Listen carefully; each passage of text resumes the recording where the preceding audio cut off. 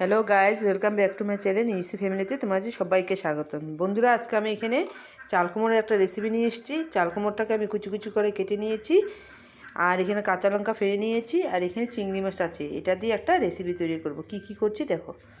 এই দেখো, কড়াইয়ের তেলটার মধ্যে আমি শুকনো লঙ্কা ফোড়ন দিয়ে দিলাম, আর এখন আমি পাঁচফোড়ন ফোড়ন দিচ্ছি। এই পাঁচফোড়নের মধ্যে আমি চিংড়ি মাছগুলোকে এর সঙ্গে ভেজে নেব।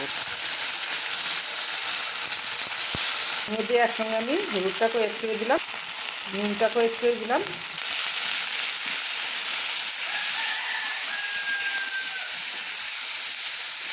এখন চাল কুমড়োগুলো দিয়ে দেবো। এর মধ্যে একটুখানি জিরে গুঁড়ো দিয়ে দিলাম।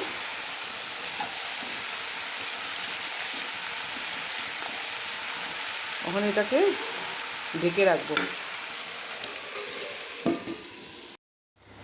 এ দেখো, এটা আধা কিন্তু সেদ্ধ হয়ে গেছে। এখন আমি এর মধ্যে একটু মসুর ডাল এড করে দিচ্ছি।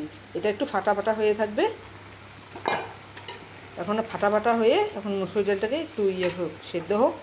এখন একটু সামান্য জল দিয়ে এখন ঢেকে রাখবো, আস্তে আস্তে কম স্টিমে হতে থাকুক। দেখো, এটা কিন্তু সেদ্ধ হয়ে গেছে ডালটা। এখন একটু পাংশা ভাবটা কাটার জন্য আমি একটু চিনি দিয়ে দিলাম।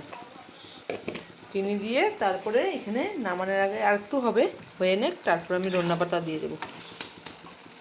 এইভাবে খেয়ে দেখো বন্ধুরা, খুব ভালো লাগে। কিন্তু নামানোর আগে একটু আমি ধনিয়া পাতা এড করে দিলাম। এখন তোমাকে নামিয়েই দেখাচ্ছি। এই দেখো বন্ধুরা, চিংড়ি মাছ দিয়ে চাল কুমড়ো হয়ে গেছে রেসিপিটা। ভালো লাগলে লাইক শেয়ার কমেন্ট অবশ্যই করো বন্ধুরা। সাবস্ক্রাইব করে দিও, পাশে থাকো। যারা যারা নতুন হয়ে আসছো আমার ফ্যামিলিতে, তারা অবশ্যই কমেন্টে জানাবে, তাহলে আমিও জয়েন্ট হয়ে যাব। এইভাবে খেয়ে দেখো বন্ধুরা। আর কেউ লাইক করছো না, অনেকেই দেখছো কিন্তু লাইক কমেন্ট শেয়ার কেউ করছো না। সবাই পাশে থেকো বন্ধুরা। Bye bye.